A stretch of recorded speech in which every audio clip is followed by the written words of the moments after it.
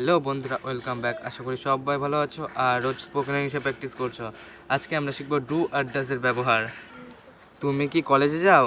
Do you go to college? তুমি কি cricket খেলো?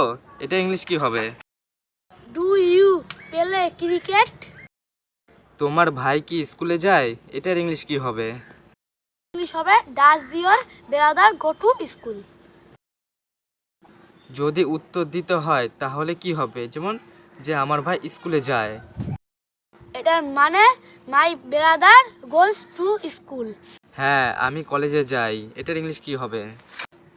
Yes, I go to college.